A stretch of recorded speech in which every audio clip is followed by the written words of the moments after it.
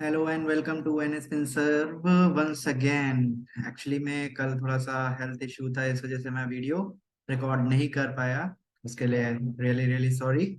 चलिए, आज हम लोग जानते हैं फिर से निफ्टी और बैंक निफ्टी ने कौन सा पैटर्न क्रिएट करा है और उसके आने वाले लेवल्स क्या होंगे। यहाँ पे आपको निफ्टी का चार्ट विजिबल हो रहा है। ठीक है। निफ्टी ने, जैसा कि मेरी प्रीवियस वीडियो में मैंने बताया था, जो गैप फिलिंग था वो पूरी तरीके से उसने प्रॉपरली फिल आउट कर दिया है। स्टेप बाय स्टेप इस वजह से चलते हैं क्योंकि आप लोगों को भी समझने में आसानी, इस वजह से स्टेप बाय स्टेप चलते हैं। ठीक है। यहाँ पर 15 मिनट का जो कैंडल था प्रीवियस डे का वो भी इसने अब करा और इसने कल की डेट में ही उस चीज को फुलफिल कर दिया था। जो पहला गैप था इसको उसने कल ही फुलफिल कर दिया था। नेक्स्ट, आज इसने फिर से एक रिट्रेसमेंट लेते हुए ऊपर गया, कल की क्लोजिंग बुलिश हुई और मार्केट ने फिर से एक पैटर्न 15 मिनट के टाइम फ्रेम पे क्रिएट कर दिया। चलिए देख लेते हैं कौन सा पैटर्न है। अब आप, ये कौन सा पैटर्न आपके लेवल्स में आया है? ये कौन सा पैटर्न होता है? बेसिकली जब कोई तेजी आती है उसके बाद बुलिश इंगल्फिंग के बाद स्पिनिंग टॉप और फिर से एक बियरिश कैंडल बनती है, तो इस पैटर्न को हम लोग सिंगल या डबल स्पिनिंग टॉप भी होते तब भी ये 15 मिनट में मान्य होता। इस पैटर्न को आप कह सकते हैं कि ये बियरिश टावर है, बियरिश टावर पैटर्न कह सकते हैं। हम लोग ये जानते ही नहीं है कि ये पैटर्न कैसे क्रिएट होता है। गूगल कर लीजिएगा, आपको वहां पे बियरिश टावर का मिल जाएगा कि बियरिश टावर पैटर्न कैसे वर्क करता है। नेक्स्ट, जैसे ही इसने आज का लो तोड़ा, यानी बियरिश कैंडल का इसने 15 मिनट्स का लो आज तोड़ा इस स्टॉक निफ्टी ने, और वो ऑटोमेटिकली स्विंग लेते हुए एक नीचे के स्तर पे आ गई। अब क्या करना है? अब यहां से आपके लिए क्या स्ट्रैटेजी रहनी चाहिए? डेली के कैंडल पे अगर आप जाएंगे तो बियरिश इंगल्फिंग का पैटर्न आपके लिए क्रिएटेड हो चुका है। ठीक है।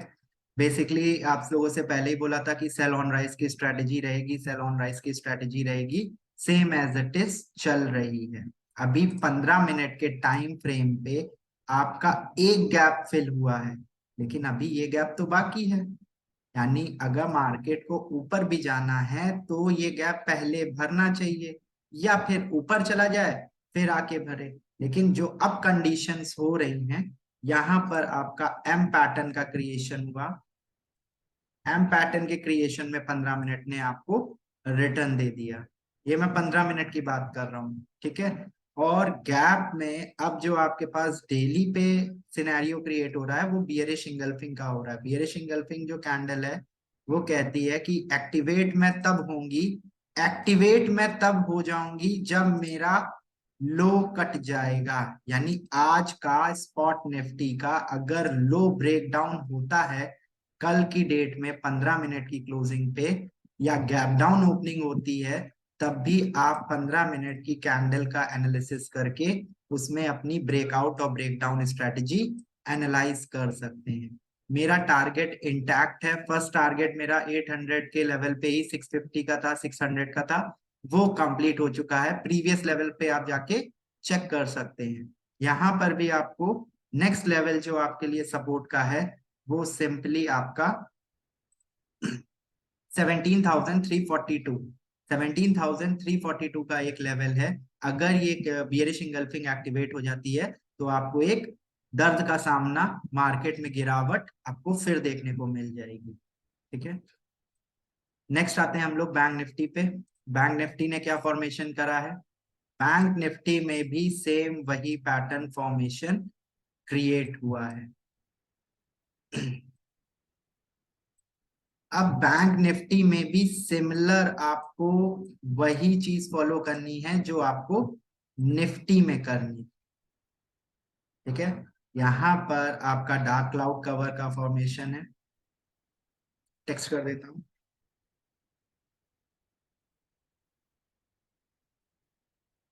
क्लाउड कवर का फॉर्मेशन है। अब मार्केट आपका जब लो टूट जाएगा तब आप यहाँ पर एक पैनिक सिचुएशन बैंक निफ्टी में भी देखने के लिए तैयार हो जाइएगा, क्योंकि यहाँ पर भी आपका पैटर्न ऑलरेडी क्रिएटेड है। ठीक है, तो बैंक निफ्टी में भी आप अगर ऐसे देखेंगे तो आपका पैटर्न 1 एंड पैटर्न 2, ठीक है, लॉन्ग टर्म आप एनालाइज करेंगे तब जाके उस चीज का आप एनालिसिस सही कर पाएंगे, क्योंकि इसका जो अभी टारगेट आ रहा है इसके कर्व का, वो भी आपका इस लेवल तक आ रहा है। एक्यूरेटली मैं अगर सेट करूं तो उसका पहला जो लेवल आ रहा है 40,700 और अभी चल रहा है 41,200, यानी 5 to 600 का डाउन ट्रेंड मूव आपको आने वाले टाइम पे देख सकता है। ठीक है, और इसके बाद जो नेक्स्ट सपोर्ट होगा वो आपका होगा फिर से यही गैप जो बचा हुआ है 40,400। 40,400 का जो एक गैप है वहां तक आप निफ्टी बैंक निफ्टी को आते हुए एक गैप फिल करते हुए देख लेंगे। ठीक है, तो ये चीज आप लोगों के लिए निफ्टी एंड बैंक निफ्टी का आज का प्रेडिक्शन और कल का प्रेडिक्शन, दोनों का प्रेडिक्शन मैंने आपको दिया कि मार्केट क्यों गिरा। एक चीज और आपको मैं बताना चाहूंगा कि कल आप लोगों ने देखा कि एफआईआई ने 3600 करोड़ की बाइंग करी और 950 करोड़ की सेलिंग करी।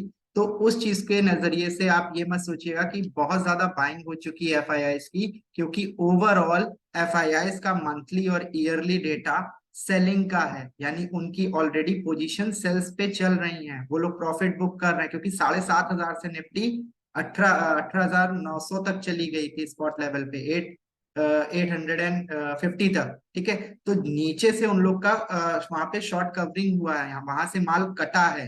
ठीक है, तब यहाँ पर जाके अगर वो शॉर्ट, अगर उनकी पोजीशन है और वहां पर अगर माल कवर कर रहे हैं तो वो उनकी कवरिंग है, यानी उनकी जो पोजीशन शॉर्ट चल रही है उसमें वो प्रॉफिट बुक कर रहे हैं अपर लेवल पे, अगर उन्होंने कुछ नीचे एवरेज किया है। तो आप लोग बिल्कुल उस चीज के लिए परेशान मत हुआ करिए कि 3600 करोड़ की बाइंग आ गई है, मार्केट गैप अप खुलेगा और मार्केट ऊपर जाएगा। ऐसा कोई सिनेरियो मार्केट में काम नहीं आएगा, सिर्फ आपको टेक्निकल बेसिस पे ही आपको सपोर्ट मिलेगा। मैं अपने टारगेट इंटैक्ट रखता हूं, 18,090 आपके लिए रेजिस्टेंस जोन है। जब तक 2 दिन उसके ऊपर क्लोजिंग नहीं आ जाएगी तब तक मैं कोई बुलिश नहीं होगा, यानी मार्केट में तेजी नहीं खेलूंगा। सेल ऑन राइज ही का ही मेरे एक स्ट्रेटजी रहेगी। हमेशा याद रखिएगा, लेवल्स ऑलरेडी आपको रिस्पेक्ट करते हैं। मैजिक आपको चाहिए, मैजिक आप 1 दिन कमा लेंगे, 2 दिन कर लेंगे, 3 दिन कर लेंगे, लेकिन जिस समय आप लॉजिक से काम करेंगे तो आपको एक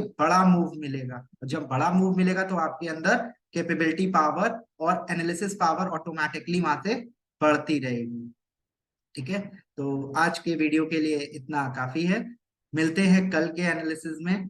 और एक डिस्क्लेमर फिर से देना चाहूंगा, ये वीडियो से मैं ओनली एजुकेशन पर्पस के लिए बना रहा हूं, और इसके प्रॉफिट एंड लॉस स्टेटमेंट से ओएनएस फिनसर्व का कोई भी लेना देना नहीं होगा। सो आप अपने फाइनेंशियल एडवाइजर से कंसल्ट करके ही कोई अपनी पोजीशंस क्रिएट करिएगा। That's all for today session. Thank you.